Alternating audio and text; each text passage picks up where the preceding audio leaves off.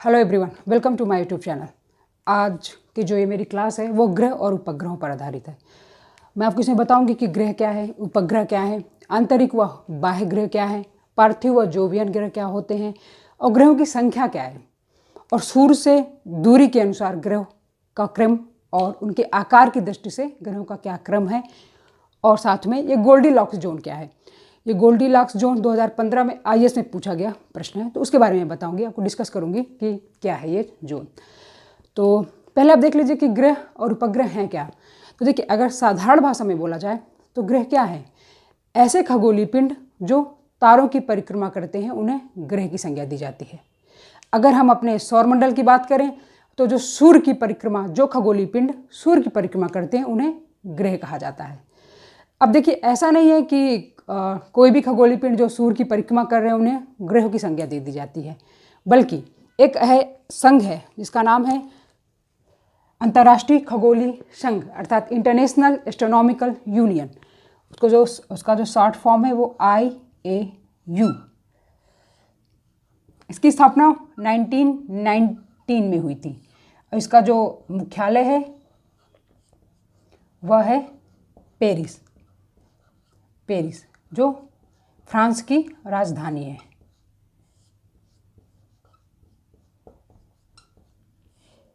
इस संघ ने कुछ मानक तय किए हैं। अगर देखें कि अगर कोई खगोलीय पिंड उन मानकों को पूरा करता है तो उसे ग्रह की संज्ञा दे दी जाती है। वर्तमान में इसके अनुसार सिर्फ हमारे सौरमंडल में 8 ग्रह हैं। इसके जो मानक हैं वो देख लीजिए। पहला मानक है कि वह सूर्य की परिक्रमा करता हो, सूर्य की परिक्रमा करता हो। दूसरा मानक है इसमें गुरुत्वाकर्षण बल हो, ताकि जो उसकी जल स्थैतिक है उसको वो बनाए रख सके, तो गुरुत्वाकर्षण उसमें बल होना चाहिए। और तीसरा है और महत्वपूर्ण कि वह किसी अन्य ग्रह की कक्षा ना काटता हो। परिक्रमा के दौरान अन्य ग्रह की जो उसकी कक्षा है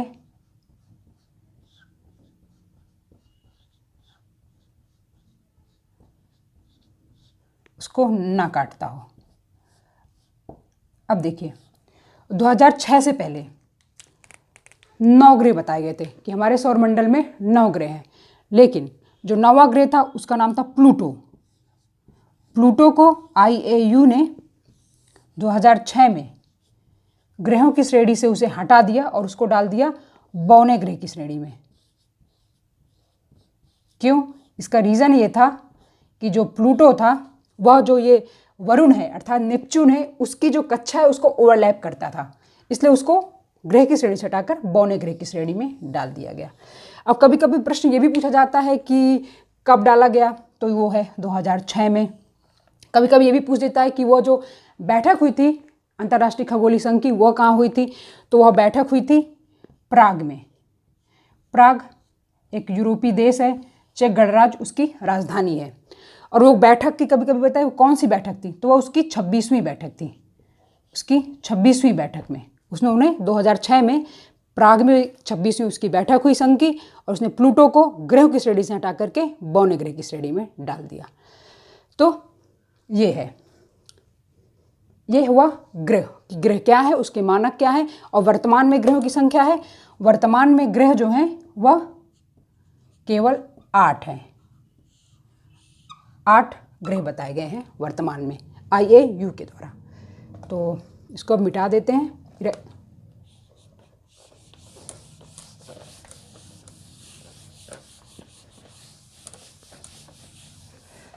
अब तो ये हो गया ग्रहों के बारे में। अब हम लोग देख लेते हैं कि सूर्य, ये मैंने एक ड्राइंग बना रखी है, इसे आप अच्छे से समझ सकते हैं कि देखिए सूर्य के तुरंत बाद जो ग्रह है वो है बुध, बुध के बाद शुक्र, शुक्र के बाद पृथ्वी, पृथ्वी के बाद मंगल, मंगल के बाद बृहस्पति, फिर शनि, फिर अरुण और वरुण। इनका अंग्रेजी नाम भी इम्पॉर्टेंट है, आप इसको भी देख लीजिएगा। बुध को बोलते हैं मर्क्यूरी, शुक्र को वीनस, पृथ्वी को अर्थ, मंगल को मार्स, बृहस्पति को जुपिटर, शनि को सैटर्न और अरुण को यूरेनस और वरुण को नेपच्यून बोलते हैं। तो अब देखिए, सूर्य की अब दूरी के अनुसार हो गया सूर्य से, दूरी के क्रम पे।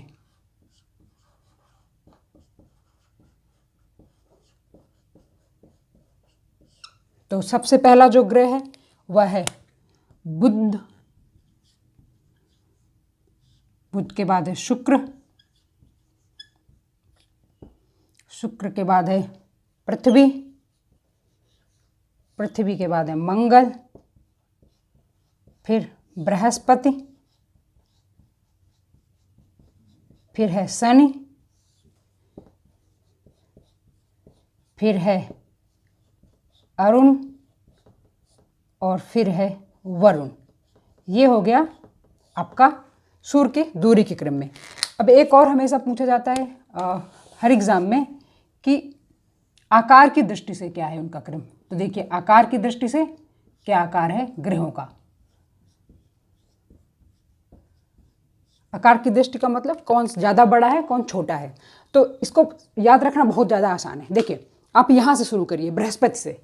तो सबसे पहले बृहस्पति, बृहस्पति जो हमारे सौरमंडल का सबसे बड़ा ग्रह है बृहस्पति। बृहस्पति के बाद देखिए क्या है शनि, दूसरे नंबर का ग्रह है शनि। शनि के बाद अरुण, अरुण के बाद वरुण, ये चार हो गए। इसके बाद आगे देखिए तो मंगल है, बट मंगल को हमको नहीं करना। पहले पृथ्वी, फिर आती है पृथ्वी, देन पृथ्वी के बाद फिर क्या आता है शुक्र, और शुक्र के बीच में इधर आ जाता है मंगल और देन बुध। ये उनका आकार की दृष्टि से क्रम है। तो सबसे बड़ा जो ग्रह है हमारे सौरमंडल में वह हो गया बृहस्पति, और सबसे छोटा ग्रह हो गया वो हो गया बुध। बुध सबसे छोटा ग्रह है और बृहस्पति सबसे बड़ा ग्रह है। ये उसका क्रम है। अब इस क्रम को याद रखना बहुत ज़्यादा आसान है। अगर आप सूर्य की दूरी के हिसाब से देखें तो इसका शॉर्ट फॉर्म BSPM, इतना याद रख लीजिए। ये बाकी फिर आसानी से याद हो जाता है। तो BSPM, B से बुध, S से शुक्र, P से पृथ्वी, M से मंगल, देन बृहस्पति, शनि, अरुण और वरुण। और फिर ऐसे ही आकार की दृष्टि से आप देख लीजिए। तो ये हो गया। अब इसमें देखिए एक आता है कि आंतरिक ग्रह क्या है, बाह्य ग्रह क्या है, पार्थिव ग्रह क्या है, वह जोवियन ग्रह क्या है।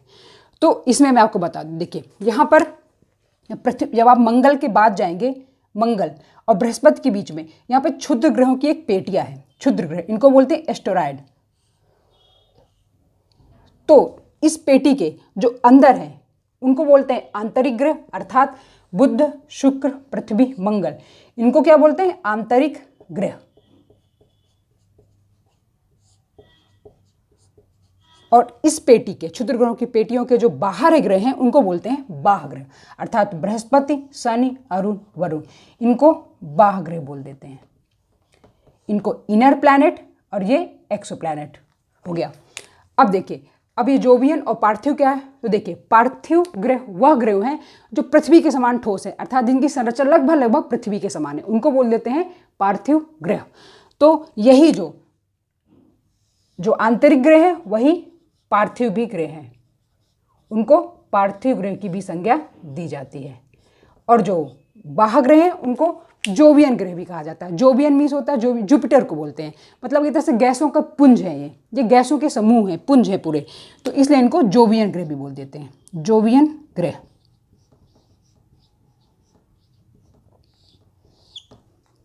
तो ये देखिए आपके, ये आपको मैंने बता दिया कि क्या आंतरिक है ग्रह है, पार्थिव ग्रह दोनों सेम है, जोवियन और बाह्य ग्रह वो भी दोनों सेम है।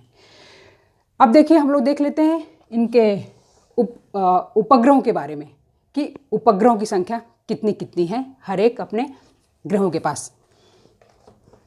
इसको इरेज कर देते हैं। आई होप आपने इसे नोट डाउन कर लिया होगा।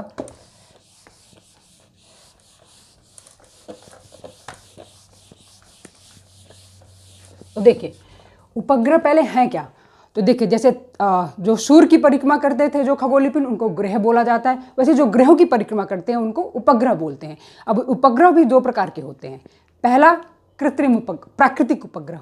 प्राकृतिक उपग्रह मतलब कि वो है विद्यमान, हमारे सौरमंडल में पहले से ही विद्यमान है। और होते हैं कृत्रिम उपग्रह कौन से होते हैं? जैसे जो एजेंसी हैं, जैसे इसरो है या फिर नासा है, ये लोग सैटेलाइट जो लॉन्च करते हैं ज़मीन से, उसको बोलते हैं कृत्रिम उपग्रह।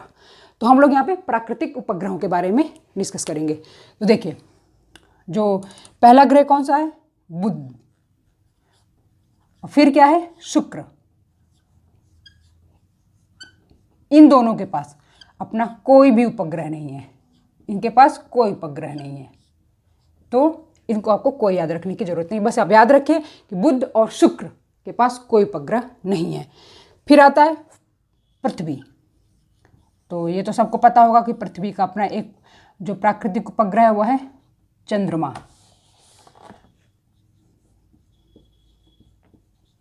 और पृथ्वी से जो चंद्रमा की दूरी है वह लगभग है